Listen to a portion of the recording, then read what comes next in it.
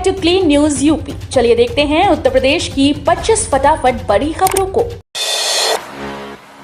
UP बनेगा fintech hub, 250 एकड़ में मेगा फिनटेक पार्क, घर के पास मिलेगा रोजगार।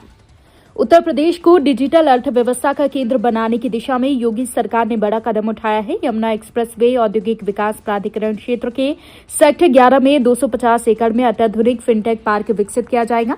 ये सिर्फ आईटी पार्क नहीं बल्कि बैंकिंग, डिजिटल पेमेंट, ब्लॉकचेन और स्टार्टअप्स का संपूर्ण इकोसिस्टम होगा। सरकार का दावा है कि इससे हजारों युवाओं को घर के पास रोजगार मिलेगा।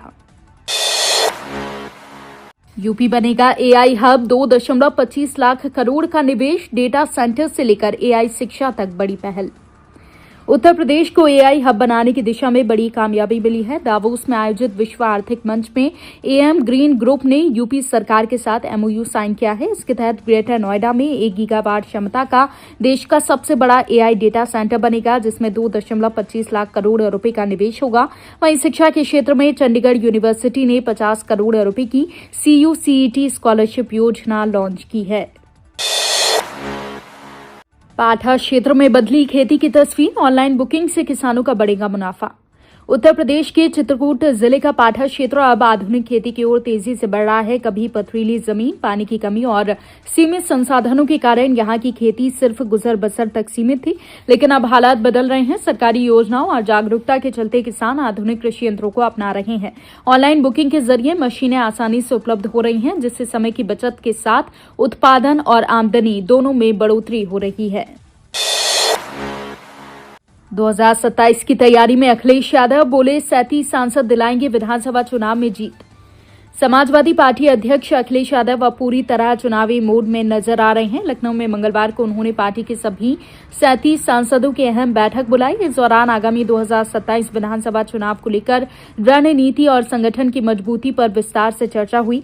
हर संसदीय क्षेत्र की विधानसभा सीटों का स्थिति का आकलन किया गया। बैठक में अखिलेश यादव ने सांसदों से कहा कि यही 37 सांसद 2027 के विधानसभा चुनाव में समाजवादी पार्टी को जीत दिलाने में अहम भूमिका निभाएंगे। यूपी के जिले में बदलेगा मौसम, 23-24 जनवरी को हल्की बारिश के आसार। जिले में मौसम को लेकर अहम अपडेट सामने आया है। अगले 2 से 3 दिनों तक मौसम सामान्यतः शुष्क बना रहेगा, लेकिन इसके बाद 23 और 24 जनवरी को गरज चमक के साथ 1-2 स्थानों पर हल्की बारिश की संभावना जताई गई है। कृषि विज्ञान केंद्र के डॉक्टर सिंह ने किसानों को सलाह दी है कि संभावित बारिश को देखते हुए फिलहाल सिंचाई का कार्य रोक दें। खासतौर पर सरसों की फसल में रोग और कीटों की नियमित निगरानी करें। जरूरत पड़ने पर कृषि विशेषज्ञों की सलाह से नियंत्रण उपाय अपनाएं। यूपी में शिक्षकों के समायोजन पर रोक बरकरार, हाईकोर्ट ने बढ़ाई अंतरिम राहत। उत्तर प्रदेश में प्राथमिक और कंपोजिट विद्यालयों में शिक्षकों का समायोजन फिलहाल नहीं हो पाएगा। इलाहाबाद हाईकोर्ट की लखनऊ बेंच ने इस प्रक्रिया पर लगी अंतरिम रोक को अगली सुनवाई तक बढ़ा दिया है। ये रोक पहले 13 जनवरी को लगाई गई थी। मामले की अगली सुनवाई अब 2 फरवरी को होगी। यह आदेश न्यायमूर्ति श्री प्रकाश सिंह की एकल पीठ ने शिक्षकों की ओर से दाखिल 12 अलग अलग याचिकाओं पर एक साथ सुनवाई करते हुए दिया।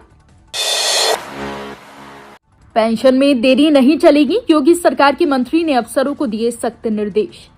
उत्तर प्रदेश सरकार ने पेंशन भुगतान में लापरवाही को लेकर सख्त रुख अपनाया है। पिछड़ा वर्ग कल्याण एवं दिव्यांग जन सशक्तिकरण राज्य मंत्री नरेंद्र कश्यप ने स्पष्ट किया है कि पेंशन भुगतान में किसी भी तरह की ढिलाई स्वीकार नहीं होगी। योजना भवन में दिव्यांगता पर गठित राज्य सलाहकार बोर्ड की 7वीं बैठक के दौरान उन्होंने अफसरों को सख्त निर्देश दिए। राज्य मंत्री ने कहा कि केंद्र और प्रदेश सरकार की सभी योजनाओं का लाभ दिव्यांग जनों तक बिना किसी बाधा के पहुंचाया जाए। कानपुर में मकान बनवाना हुआ आसान, सिर्फ 1 रुपए में पास होगा नक्शा।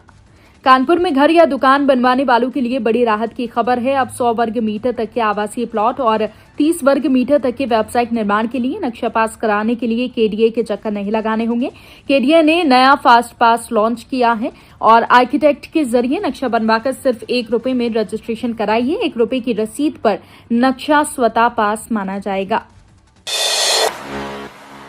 UP board practical, Ayodhya Azamgarh में पहले चरण की परीक्षा, 2705 शिक्षक नियुक्त।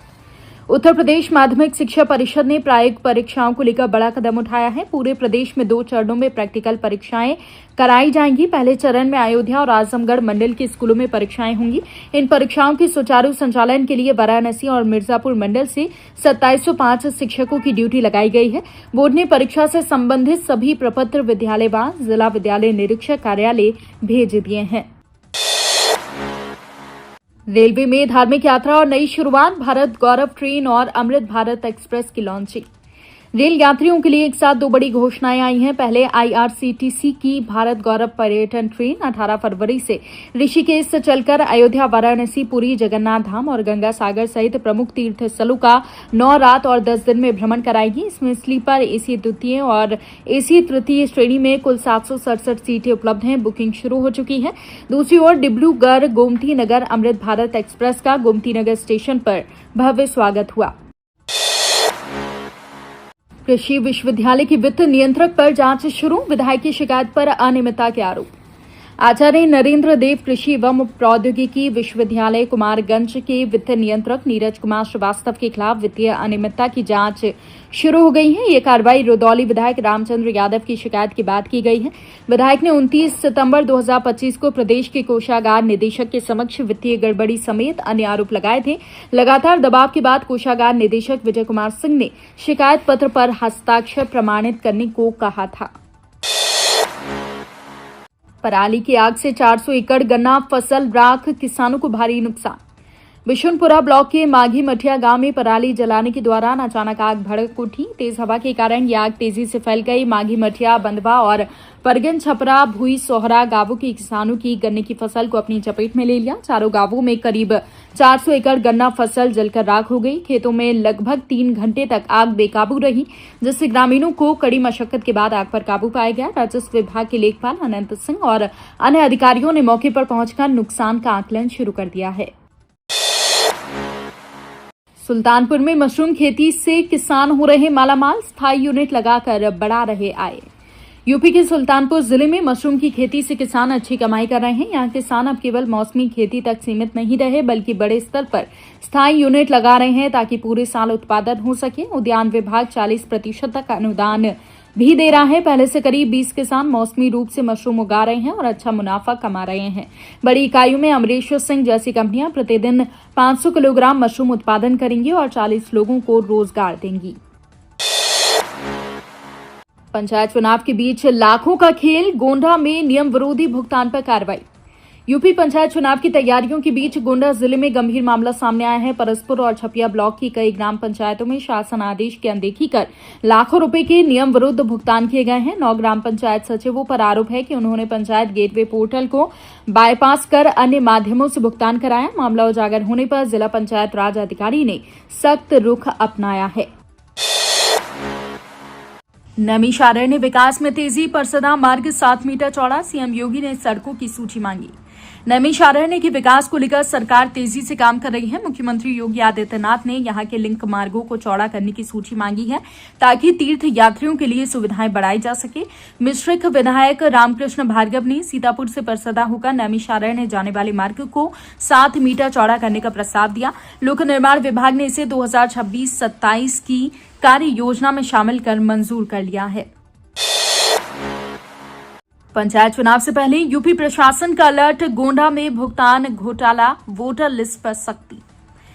पंचायत चुनाव की आहट के बीच उत्तर प्रदेश में प्रशासन एक्शन मोड में है। गोंडा जिले में परसपुर और छपिया ब्लॉक की ग्राम पंचायतों में शासन आदेश को दरकिनार कर लाखों रुपए के नियम विरुद्ध भुगतान का मामला सामने आया है। डीपीआरओ ने 9 ग्राम पंचायत सचिवों को कारण बताओ नोटिस जारी कर 3 दिनों में स्पष्टीकरण जारी करने को कहा है। वहीं डीएम प्रियंका निरंजन ने वोटर लिस्ट की शुद्धता को कड़ा रुख अपनाया और पुनरीक्षण में किसी भी प्रकार की लापरवाही न बरतने के निर्देश दिए। अयोध्या में पहली बार अश्वमेघ यज्ञ 8 फरवरी से 15 को होगी सरयू महाआरती। रामनगरी अयोध्या में पहली बार मातेश्वरी परिवार की ओर से अश्वमेघ यज्ञ का आयोजन किया जा रहा है। ये यज्ञ 8 फरवरी से 16 फरवरी तक बालूघाट पर होगा। यज्ञ मंडप बनाने का काम तेजी से चल रहा है। 8 फरवरी को बालूघाट से कलश यात्रा निकाली जाएगी, जो नया घाट से जल भरकर लता चौक छोटी छावनी होते हुए यज्ञ स्थल पर पहुंचेगी। संस्था के राष्ट्रीय महासचिव आचार्य धर्मानंद पांडे के अनुसार 9 फरवरी से सुबह ध्यान योग शिविर का आयोजन होगा। पॉडकास्ट से करियर बन सकता है, डॉक्टर मुकुल श्रीवास्तव ने साउंड क्राफ्ट वर्कशॉप में दिए सुझाव। इंटरनेट के दौर में पॉडकास्ट एक बेहतर और नए जमाने का विकल्प बन चुका है। अगर कंटेंट अच्छा हो तो इंटरनेट की दुनिया में करियर बनाया जा सकता है। ये बात लखनऊ विश्वविद्यालय की पत्रकारिता व जनसंचार विभाग के प्रोफेसर डॉक्टर मुकुल श्रीवास्तव ने नेशनल पीजी कॉलेज में शुरू हुई 6 दिवसीय sound craft the audio workshop के पहले दिन कही। उन्होंने बताया कि रेडियो या ऑडियो मीडिया में ये जरूरी नहीं है क्या कहा जा रहा है, बल्कि इसे कैसे कहा जा रहा है, ये सबसे महत्वपूर्ण होता है। गोंडा बुडवल रेलखंड में मेगा ब्लॉक, 4 ट्रेनें निरस्त, 20 का रूट बदला। गोंडा बुडवल रेलखंड में तीसरी रेल लाइन के निर्माण के लिए मार्च में मेगा ब्लॉक लगाया जाएगा। इस दौरान बरेली होकर गुजरने वाली लंबी दूरी की 30 ट्रेनों का संचालन प्रभावित होगा। पूर्वोत्तर रेलवे ने बताया है कि 4 गाड़ियां पूरी तरह से निरस्त कर दी गई हैं, जबकि 20 ट्रेनों के रूट का बदलाव किया गया है। 7 ट्रेनों को 3 घंटे की देरी तक चलाया जाएगा और 3 गाड़ियां आंशिक रूप से निरस्त रहेंगी। मायावती ने कहा, मदरसा सीलिंग गलत, संसद विधानसभा सत्र 100 दिन तक चलना चाहिए। बसपा प्रमुख मायावती ने श्रावस्ती में मदरसे पर लगी सील हटाने के हाईकोर्ट के फैसले का स्वागत किया है। लखनऊ बेंच ने कहा कि सरकारी मान्यता नहीं होना मदरसा बंद करने का आधार नहीं बनता। 24 घंटे में सील हटाने के निर्देश दिए। मायावती ने सोशल मीडिया पर कहा कि सरकार निजी मदरसों के खिलाफ नहीं है, बल्कि ये अफसरों की मनमानी है। साथ ही उन्होंने सांसद और राज्यों के विधानमंडलों के सत्रों की अवधि बढ़ाकर कम से कम 100 दिन करने की मांग की। रायबरेली में राहुल गांधी का हमला, सरकार धर्म का आडंबर ओढ़े हुए है, बेनकाब करना जरूरी। रायबरेली में सांसद राहुल गांधी ने पार्टी पदाधिकारियों के साथ भू-एमयू गेस्ट हाउस में बैठक की और कार्यकर्ताओं को संबोधित किया। उन्होंने कहा कि हमें लगातार लड़ते रहना है, डरना नहीं है। राहुल ने केंद्र की भाजपा सरकार पर निशाना साधते हुए कहा कि सरकार धर्म का आडंबर ओढ़े है, जिससे बेनकाब करना जरूरी है। बैठक में आगामी पंचायत चुनावों के उम्मीदवारों के चयन और रणनीति पर गहन चर्चा हुई। चांदी की कीमतों ने बढ़ाया दर्द, 3 लाख पार होते ही पायल कारखानों में ताले। चांदी की कीमतों में तेज उछाल ने सराफा बाजार को झटका दिया है। आगरा की चांदी मंडी में एमसीएक्स पर चांदी का भाव 3 लाख रुपए प्रति किलो के पार पहुंच गया है, जिससे कारोबारी और ग्राहक दोनों परेशान हैं। 70% तक बिक्री घटने से बाजार सुन्न पड़ गया है और पायल कारखानों में ताले लटकने लगे हैं। कई सराफा व्यवसायी के घर पर पायल बनाने के लिए कच्चा माल देने से भी कतरा रहे हैं। भाजपा विधायक की नाराजगी के बाद अयोध्या के सीएमओ हटे, नए सीएमओ की नियुक्ति।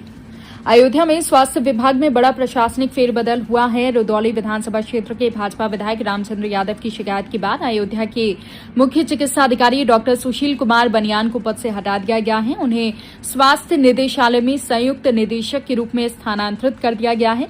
वहीं जालौन में तैनात अपर मुख्य स्वास्थ्य अधिकारी देवेंद्र सिंह भिटोइया को अयोध्या का नया सीएमओ नियुक्त किया गया है। सीएम योगी ने नितिन नवीन से की मुलाकात, भाजपा के नए राष्ट्रीय अध्यक्ष को दी बधाई। नई दिल्ली में मुख्यमंत्री योगी आदित्यनाथ ने भाजपा के नवनिर्वाचित राष्ट्रीय अध्यक्ष नितिन नवीन से मुलाकात की। इस दौरान उन्होंने नितिन नवीन को बधाई दी और उनके नेतृत्व में पार्टी को नई ऊर्जा मिलने की आशा जताई। योगी ने कहा कि प्रधानमंत्री मोदी के मार्गदर्शन में नितिन नवीन संगठन को नई ऊंचाइयों पर ले जाएंगे और राष्ट्र प्रथम के भाव को मजबूत करेंगे। चंद्रग्रहण के चलते होलिका जलाने का समय बदला, पूरे देश में 4 मार्च को होली होगी। इस बार होलिका दहन का समय चंद्रग्रहण के कारण बदल गया है। बीएचयू के अनुसार 3 मार्च को चंद्रग्रहण होने के कारण होली नहीं मनाई जाएगी। होलिका दहन भी आधी रात के बाद या तड़के सुबह हो गया। उसके बाद 2 दिन बाद यानी 4 मार्च को पूरे देश में एक साथ होली का त्योहार मनाया जाएगा। वहीं संपूर्णानंद संस्कृत विश्वविद्यालय की ज्योतिषीय गणना के अनुसार काशीवासी 3 मार्च को होली खेल सकते हैं, लेकिन दोपहर 12 बजे से शाम तक रंग गुलाल नहीं खेलना चाहिए। तो ये थी आज की 25 फटाफट बड़ी खबरें। अगर आपको न्यूज पसंद आई हो तो वीडियो को लाइक और शेयर जरूर करें। धन्यवाद।